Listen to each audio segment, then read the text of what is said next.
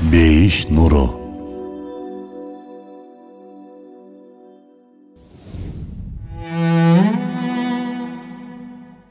Пайгамбарыбыз саллаллаху алейхи вассалам айтты: Алымдар пайгамбарлардын мураскору. Тү Йемендик болгону менен Мадинада төрөлгөн. Ажылык ибадаттарын эле эске албаганда өмүр бою Мадинада жашаган бир алым. Пайгамбарыбыз саллаллаху алейхи вассаламга урматсыздык болбосун деп улоого эч минбеген бир имам. Коонду сүннөткө ылайыктуу жебей каламбы деген чочулоо менен сүйүктүү коонун жебей өткөн бир ашк. Мына ушундай өзгөчөлүктөрдү камтыган имам Шафийнин устаты имам Малик боюнча сөз кылабыз бүгүн. Мадинанын имамы имам Малик. Толук аты жөнү Малик ибн Анас.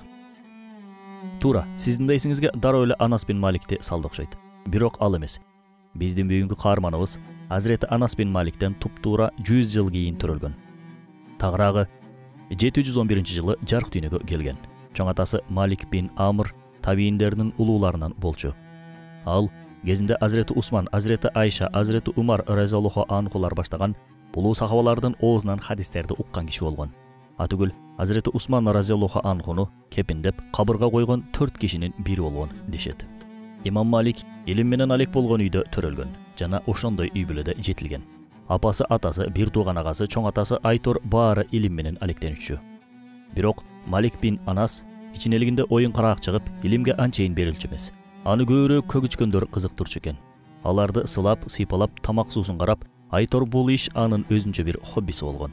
Бир жолу атасы балдарынын окуусун текшерүү үчүн илимий суроолорду берет. Маликтен бир аз эле жашы улуураак Надыр деген агасы болгон. Ал атасынын берген суроолорунун ар бирине шатырата жооп берет. Малик болсо бирөөсүнө да жооп бере албай коет. Анан атасы ага көгүчкөндөр сени алаксытып койгон окшойт деп башын сылап койгон экен. Имам Малик бул сөзгө аябай терикти. Бир тараптан аябай таасирленди. Анан ошол күндөн тарта имам Малик өзүн илимге арнаган. Илим алуусун эң алгач Куранды жаттоодон баштайт. Негизи ага чейин эле жаттап баштаган эле. Болгону оюн зоокторго алаксып, жаттай албай жүргөн. Акыры аз убакыттын ичинде Куранды бүтүндөй баарын жаттап, хафыз болот. Андан кийин Мадинадагы улуу аалымдардан сабак ала баштайт. Эң алгач Рабия бин Абдрахмандан, кийин Абдрахман ибн Хурмуздан сабак алат. Илимге урмат көрсөтүү жаатында имам Маликти таасирленген киши да ушул устазы болгон. Имам Малик Абдрахман бин Хурмуздан 13 жылдай сабак алат. Бул боюнча имам Малик өзү ушинтип эскерет. 13 жыл бою андан сабак алдым. Бирок силерге айткандарым андан үйрөнгөндөрүмдүн аз эле бөлүгү. Ал хадистерди рываят кылууга аябай аяр мамиле кылчу. Андан көп хадистерди угуп жазып чыккам. Бирок анын атын атаганым жок. Муну ал өзү каалачу. Рываят чынжырчасында аты чыгышын каалачу эмес. Ошондой эле ал мага айрым купуя илимдерди да үйрөткөн. Мен алардын көп бөлүгүн ачыктай албайм. Имам Малик Абдрахман бин Хурмуздун эң алдыңкы шакирттеринен болгон. Ал илим жаатында ушунчалык тез жетилгендиктен 20 жашында эле фатва бере баштаган дешет. Айтуу оңой болгону менен фатва берүүнүн да өзүнүн чоң жоопкерчилиги бар. Муну имам Малик жакшы билген. Ал фатва берген адам каалагандай эле чыгып фатва бере албайт. Кайсы бир маселе боюнча фатва берерде 70 алымдын уруксатын алуу абзел деп эсептечү. Бул сөз айтылып эле калбай, өзү да иш жүзүндө 70 алым менен кеңешип, акылдашкандан кийин гана фатва берчү. 70 алымдын бирөөсү эле уруксат бербей калчу болсо, анда ал фатваны берчү эмес. Имам Малик кандайдыр бир хадисте айтуудан алдын өзгөчө даярдыктарды көргөндүгүн өзүнчө сөз кылсак болот. Биздей болуп пайгамбарыбыз саллаллаху алейхи вассалам мындай деген деп туруп эле айтып салбастан өзгөчө аяр мамиле кылган. Хадис айтаардан мурун сөзсүз гусул дааратын жаңылап, пайгамбарыбыз саллаллаху алейхи вассаламдын сүйгөн жытынан сүртүнгөндөн кийин намазда отурган сыяктуу бүк түшүп, анан хадис айтчу. Хадисти айтып, хадис боюнча сабагын бүткөнчө ошол калыбынан жазчу эмес. Бүк түшүп отурганда буту талып кетеби же ооруп кетеби мааниси жок. Ал үчүн пайгамбарыбыз саллаллаху алейхи вассаламдын сөзүндө урматсыздык көрсөтүп албоо маанилүүрөөк болгон. Имам Маликтин хадистерге көрсөткөн өзгөчөлүгүн жаштык кезинде деле көрсөк болот. Бир жолу Абдрахман бин Хурмуз сабак өтүп жаткан. Имам Малик сабакка кечигип кирип келип калат. Кирээр кезде Абдрахман бин Хурмуз Аллах элчиси мындай деген деп бир хадисте айтып жаткан болот. Имам Малик муну угуп, жүзү кубарган бойдон кайра чыгып кетет экен. Мугалими муну байкап калып, сабактан кийин эмнеге сабакты укпай чыгып кеттиң деп сураганда, имам Малик Келип карасам, отура турчу бош орундар калбаптыр. Аллах элчисинин аты айтылган жерде тик турууну бир адепсиздик катары ойлоп, чыгып кетүүнү туура көрдүм деп жооп берген. Мугалими анын мындай аяр мамилесин жактырып баалачу. Хадис айтууда аябай аяр мамиле көрсөтүп, бул калыбынан өмүр бою жазган жок. Бир жолу имам Маликтин шакирттеринин бирөөсү имам Маликтин басып бара жаткан жеринен эле бир хадисти сурап келип калат. Ошондо имам аябай ачуусу келип, кабагын бүркөп басып кетип калат. Имамдын мындай мамилесинен алгач шакирти эч нерсе түшүнгөн жок. Кийинчерээк имам Малик жай отурганда барып, "Устаз, жана бир нерсени туура эмес кылып койдумбу? Эмнеге жиниңиз келип кетти?" деп сурайт. Имам Малик: "Мен сени олуттуу жана олбурлуу жигит деп ойлойт элем. Телекке каршы сенде бул өзгөчөлүктү көрбөй жатам. Болбосо элестетип көр өзүң. Пайгамбарыбыз саллаллаху алейхи вассаламдын сөздөрү сөз арасында эле басып баратып эле сүйлөшүп кое тургандай олутсуз сөздөрбү. Аны сүйлөшүүнүн да өзүнүн тартиби бар да" деп айткан экен. Бул көз караш чын эле бизди да ойго салды. Бүгүнкү күндө өзүбүздүн абалыбызга бир карап көрөлү. Имам Маликтин ой өрүшү өрүштөп, абдан бийиктегендигин салыштырып байкасак болот. Аллах биздин да ой чабыттарыбызды ошондой бийиктиктерге чыгууну насип кылсын. Дагы бир күнү мечитте баян берип жаткан. Ошол учурда кандайдыр бир уулуу бир курт кумурска аны чагып алат. Негизи уунун жайылуусунун алдын алып, дароо дарыланууга жөнөөсү керек эле. Бирок пайгамбарыбыз саллаллаху алейхи вассаламдын атына жана анын шаарына урматсыздык болуп калбасын деген ойдо сөзүн токтоткон жок. Сабагы бүткөнгө чейин эптеп чыдап, ысып тердеп чыгат. Сабак бүтөөрү менен өң аракетинен кетип жерге кулайт. Имам Маликтин таң калыштуу абалдары өтө эле көп. Алсак, ал рываяттардан пайгамбарыбыз саллаллаху алейхи вассаламдын коон жегендигин билген. Бирок анын коонду кандай тартипте жегендигин билген эмес. Ошон үчүн өмүр бою коон жебей өтүптүр. Эмесе коонду аябай жакшы көрчү дешет. Бирок сүннөттүн көрсөткөн чийининен 1 миллиметр да болсо чыккандан көрө кулкундун оозун тыйган оң деп эсептеген. Ал пайгамбарыбыз саллаллаху алейхи вассалам кандай жашаса ошондой жашоону, кандай кылса ошондой кылууну каалачу. Андыктан коонду да пайгамбарыбыз саллаллаху алейхи вассалам сыяктуу жегиси келген. Эгер анте албай калса, балким өзүн таптакыр кечире алчу эмес. Сүннөт менен жашоодогу мынчалык аяр мамилеге чындыгында таң калбай кое албайбыз. Расулей Нурда да айтылгандыгы сыяктуу, сүннөткө моюн сунууну өзүнө адат кылган, адатын ибадатка айлантат. Бүтүндөй өмүрүн түшүмдүү жана сооптуу кылып алат. Эмесе баарыбыз уктайбыз, тамактанабыз, суу ичебиз дегендей. Бирок ошол күнүмдүк аракеттерди сүннөткө ылайыктуу кылсак, Аллах элчиси сыяктуу суу ичип, Аллах элчиси сыяктуу уктасак, пайгамбарыбыз саллаллаху алейхи вассалам сыяктуу тамактанып жүрсөк кана. Ошондо бир жагынан тамакта жеген болобуз, сооп дагы тапмакпыз. Уктоо менен бирге ибадат да кылмакпыз. Баскан турганыбыз соопко айланып, жашообуз мөмөлүү даракка айланмак. Ошондой эле имам Малик пайгамбарыбыз саллаллаху алейхи вассаламдын шаарында жүргөн кезде бир жолу да улоого минген эмес. Пайгамбарыбыз саллаллаху алейхи вассалам баскан издерди өз изим менен баскым келет. Улоонун үстүнө минип, ал издерге урматсыздык кылгым келбейт деген. Анын илимге болгон ашыктыгы дагы өзгөчө болчу. Анын Ибн Шабан деген мугалими болгон. Айт күнү айт намаздан кийин баары майрамдык маанайда үйлөрүнө кайткан эле. Ибн Шабан да үй бүлөсү менен даярдык көрүп, дасторконго эм отурганда эшик такылдап калат. Алар мындай учурда бирөө жарымдын келээринде күткөн эмес эле. Атүгүл ойлошкондо эмес. Кантсе да конок келбедиби? Аны да тамакка чакырайын деп эшикти ачса, колуна дептер калемин кармап, имам Малик туруптур. Албетте ал учурда имам деп атала элек болчу. Себеби кырчын курактагы талаба болчу. Аны көрүп Ибн Шабан дароо сен белең, жүр дасторконго деп чакырганда, имам Малик мен курсагымды тойгузганы келгеним жок дейт. Анда эмне үчүн келдиң деп сураганда, мен илим алуу үчүн келдим деп жооп берет. Анда башка учурда келсең болот эле го дегенде, имам Малик башка учурда айланаңызда адам көп болот. Айт намазынан кийин баары үй-үйлөрүнө кеткендигинен улам сиздин жалгыз калаарыңызды болжодум. Мен да мына ошол учурдан пайдаланып калайын деп келдим дейт. Анан ага мугалими илимге болгон мындай ынтызарлык бир гана чыгаан адамдарда болот. Буйруса сен чоң аалым болосуң деп баа берген экен. Анан аны жанына отургузуп, ага тандалма 40 хадисти жаздырат. Жазып болгондон кийин мугалим дептерди алды да, кана жазгандарыңды канчоосу эсиңде калды? Бир кайталайлычы. Оозеке айтып берчи дейт. Ошондо имам Малик жанагы 40 хадисти рываят кылуучулары менен бирге чачпай, төкпөй бүт баарысын айтып берет. Анын эс тутуму өтө күчтүү эле. Убагында Аббаси халифаларынан Абу Джаффар Аль-Мансур деген бир халифа Мадинадагы илимдин сакталып калуусун каалап, бүтүндөй илимди бир китепке топтогусу келет. Бул ишти кылса эң жакшы имам Малик гана кылмак. Андыктан халифа өз сунушун имам Маликке айтат. Ага чейин деле хадис китептери бар эле. Бирок саны өтө эле аз болгон. Анткени адамдар хадис жазууга анчейин батына алышчу эмес. Көбүнчө эстеринде сактап жүрүшчү. Анан ар кандай хадистерди токуп чыгаргандар чыгышып, натыйжада хадистерди китеп бетине түшүрүү муктаждыгы пайда болот. Имам Малик дагы мына ушул муктаждыкты байкап, хадистерди китепке түшүрүү аракетин баштаган. Ошентип имам Малик Муатта аттуу китепке 10.000 хадисти жазат. Адатта бир китеп жазылып, кийин чыгарылышы чыккан кезде толукталып дагы да көлөмдүүрөөк болуп жазылат го. Анткени бул китеп жазган жазуучунун илими дагы да кеңейип, дагы да жаңы нерселерди тапкандыгын далилдейт. Бирок имам Маликтин китебинде андай болгон жок. Муатта китеби барган сайын кичирейгенден кичирейип, хадистердин саны азайгандан азайып барган. Ошентип отуруп учурда Муатта китебинде болгону 1828 хадис бар. Кантсе да китепти баалуу кылган анын көлөмүнүн чоңдугу эмес, ичиндегилердин акыйкаттуулугу.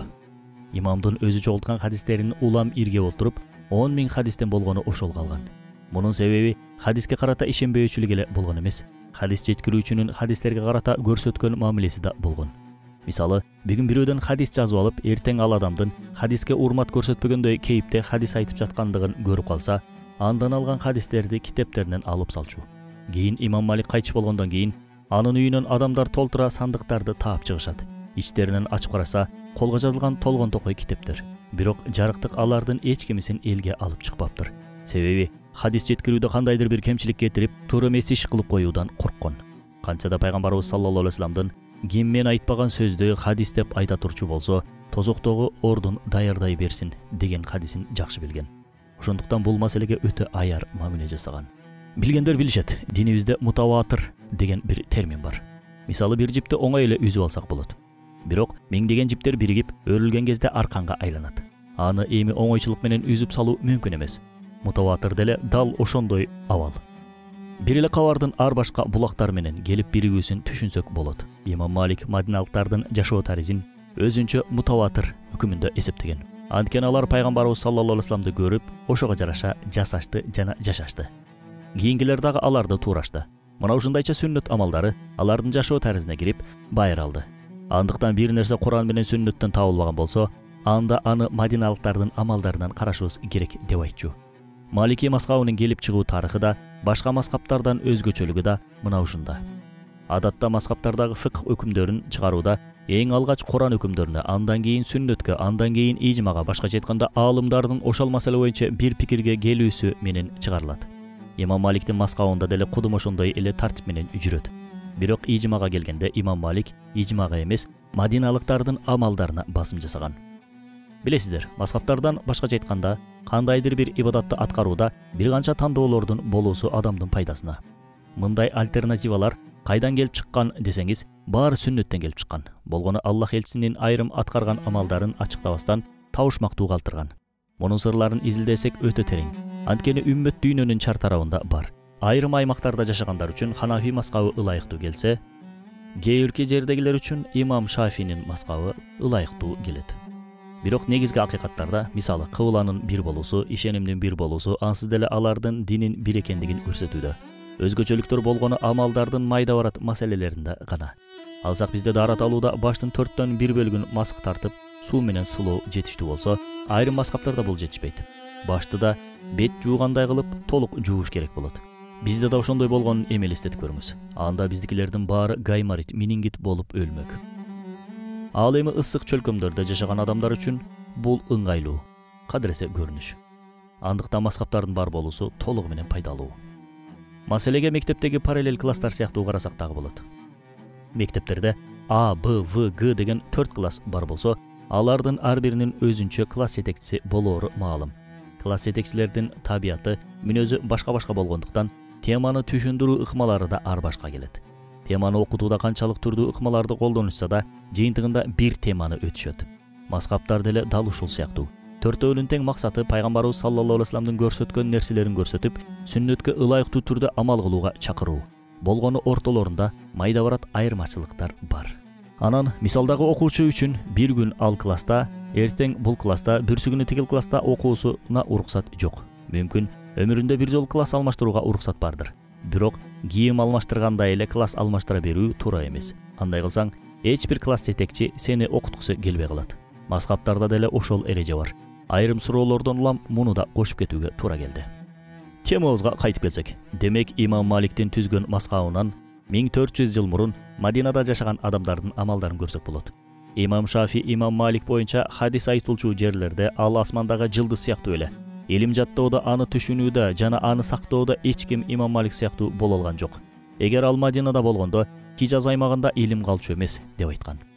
Ал илимдеги чокун эле эмес, таквачылыктагы чокуну дагы көрсөткөндүгүнөн улам, анын артынан да миңдеген шакирттер жетилип чыккан.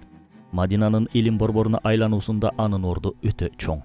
Пайгамбарыбыз саллаллаху алейхи вассаламдын хадисинде ушундай бир күн келет, ал убак келгенде адамдар чар тарапта издешет. Издешсе дагы Мадинадагы аалым сыяктуу бир аалымды таба алышпайт деп кабар берген экен. Аалымдардын айтымына караганда, мына ошол хадисте айтылган аалым бүгүнкү каарманыбыз Имам Малик. Имам Малик Имам Азам менен да көрүшүп, кеңешип турушчу экен. Айрым маселелерде пикирлер бир болбосо да, бири-бирин эч качан жек көрүшкөн эмес. Бири-бирин баалап, бири-бири менен ынак болчу. Кээде ортолорунда каталышып, кабарлашууда болчу. Кантсе да бири-бириңди Аллах үчүн сүйүп, жакшы көрүү ушундай болот. Эгер кимдир бирөөнү сен пикириң менен пикирлеш болбогондугу үчүн жаман көрсөң, демек бул өзүң үчүн жаман көрдүң дегендик. Имам Шафи дагы Имам Маликке келип сабак алган. Риваяттарда айтылуусу боюнча, Имам Шафи Имам Маликтен илим алганы 13 жашында келген. Имам Шафинин апасы баласын сапарга даярдап жатып, "Балам, сен жаттап алган ошол китептин жазуучусун Мадинага барып издеп тап, андан пайдалан. Кантип илим алуунун жана илимине кандай амал кылуунун сырларын үйрөнмөйүнчө келбе" деп камдап жөнөткөн. Анын Имам Маликке шакирт түшүүсүндө апасынын эле эмес, Мекке шаарынын жетекчисинин да салымы бар болгон. Мекке шаарынын акими Мадина шаарынын акимине кат жазат. Катта жаш өспүрүмдү Имам Маликке алып баруу боюнча буйрук бар эле. Ошентип, Имам Шафи катты алып Мадинанын акимине келгенде, шаар жетекчисинин ыраңы бозоро түшөт. Ал ошондо Меккенин жетекчиси менден чөлдө жылаң аяк жүрүүмдү сураса, бул дагы да жеңил болмок. Имам Маликтин эшигине баруу мен үчүн аябай оор деп айтат. Анткени ага чейин Имам Малик менен шаар жетекчисинин ортосунда жагымсыз бир окуя болуп өткөн эле. Окуя ушундай болгон. Шаар жетекчиси бир күнү Имам Маликти сарайына чакырат. Имам Малик ошондо сарайга келип, анын сураган суроолоруна жооп берүү менен хадистерди ачыктап берет. Бирок шаар жетекчисинин жанындагы адамдар бидатчы болушкандыктан Имам Маликтин айткандарына туура маанилерди беришкен эмес. Жетекчи да алардын берген ачыктоолоруна ынанып, Имам Маликке бидатчы катары карап, аны камчылатууга өкүм берет. Бул окуя халифанын кулагына чейин жетип барып, халифа шаар жетекчисине аябай ачууланат жана Имам Маликке дароо кечирим катын жолдогон. Катта жакында өзү келерин, анан келип шаар жетекчисинин камчылатаарын айтат. Азыркылар болгондо имамга кол көтөрсө ушундай болот деп табасы кана сүйүнсө керек эле, ким билсин. Бирок Имам Малик буга уруксат берген жок. Ал буга кантип көңүлүм ыраазы болсун. Ал киши пайгамбарыбыз саллаллаху алейхи вассаламдын урпактарынан болсо, кыямат күнү пайгамбардын урпагынан кегин алдырткан деген сөзгө калгым келбейт деп токтоткон экен. Имамдын мындай мамилесине халифа аябай ыраазы болуп, ага болгон сыйы дагы да арткан. Анан ушундай дейт: "Эгер сиздин уруксатыңыз болсо, Муатта аттуу китебиңизди жазып, көбөйтүп өлкөнүн ар тарабына жайсак кандай дейсиз? Ал жерде ошол китебиңиз окулуп, дин дагы ошол китеп аркылуу жайылатырган болсо, ар кандай түшүнбөстүктөргө бөгөт коюлат эле." Имам Малик буга да болгон жок. Ал: "Мен мындайды каалабайм. Кезинде Кутман сахабалар деле диндеги майда бараат маселелерде кайчы пикирлерде болушкан. Дегеле фикх жаатында ар кимдин жеке пикиринин болуусу бул табигый көрүнүш. Андыктан менин көз карашым гана туура деп айтуудан алысмын. Анын үстүндө ушул илим сабактарында мен азыр деле шакирт өкүмүндөмүн. Үйрөнүүм уланууда. Үйрөнгөн сайын дагы башка нерселерди кошомун. Андыктан бул китеп Мадинанын ичинде эле көбөйтүлсө жетиштүү деп билем." Бул жоопта халифаны суктандырбай койгон жок.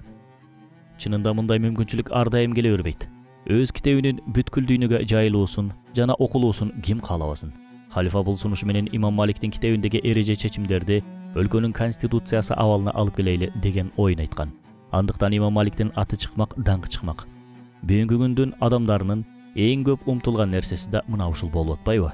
Бирок Имам Малик атын чыгаруу үчүн эмес, Аллахтын ыраазычылыгы үчүн аракет кылчу. Бул себептен улам бүгүнкү күндүн адамдарынын Имам Маликти түшүнүүлөрү кыйын. Темабызга кайталы. Ошентип Имам Шафи Мадинанын жетекчиси менен биргеликте Имам Маликтин алдына келишет. Алар келишкенде аларды Имам Маликтин бир шакирти күтүп алып, Айта турчу сөзүңүздөр болсо айтып кете бериңиздер. Имам Малик ичкерide илим менен алек болуп жатат дейт. Шаар жетекчиси: биз Мекке шаарынын жетекчисинин каты менен келдик деп айтат. Бул сөздү Имам Малик угуп сыртка чыгат да: айтыңыз, угуп жатам дейт. Мадинанын акими катты Имам Маликке сунат. Анан имам катты окуп таң калат. Анткени катта жөнөтүлгөн баланы окутуусун өтүнүп жаткан эле. Имам Малик: Расулуллахтын илими качантан бери бирөөлөрдүн ортого төшүүсү менен үйрөнүлмөй болду деп айтат. Анан шакиртке карап: сен эртең кел, бирөө сага Муаттаны окуп берсин дегенде, бала: мен ал китепти кичинекейимден эле жаттап алганмын дейт. Бул жооп Имам Маликке аябай жагат. Ошентип Имам Шафиге өзүнчө көңүл бөлүп, жетиштирүү үчүн, тарбиялоо үчүн, илим берүү үчүн алдында алып калган. Имам Малик күндөрдүн биринде шакирттерин таң калтырган бир сөз айтат. Ал: мен пайгамбарыбыз саллаллаху алейхи вассаламдын үйүнө болгону бир жолу баргам.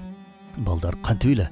Адамдар ал жерге күндө барышат. Сиз аны аябай жакшы көргөн бир адамсыз. Эмнеге кайра барганыңыз жок деп сурашты.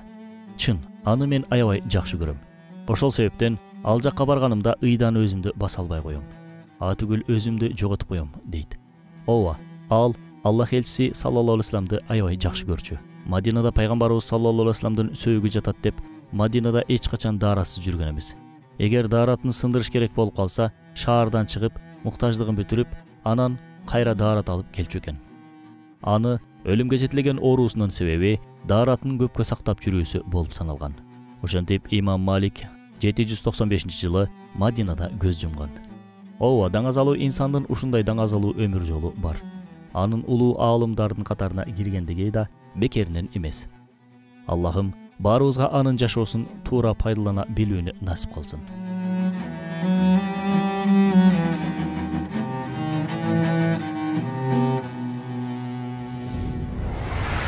Бейиш нуру.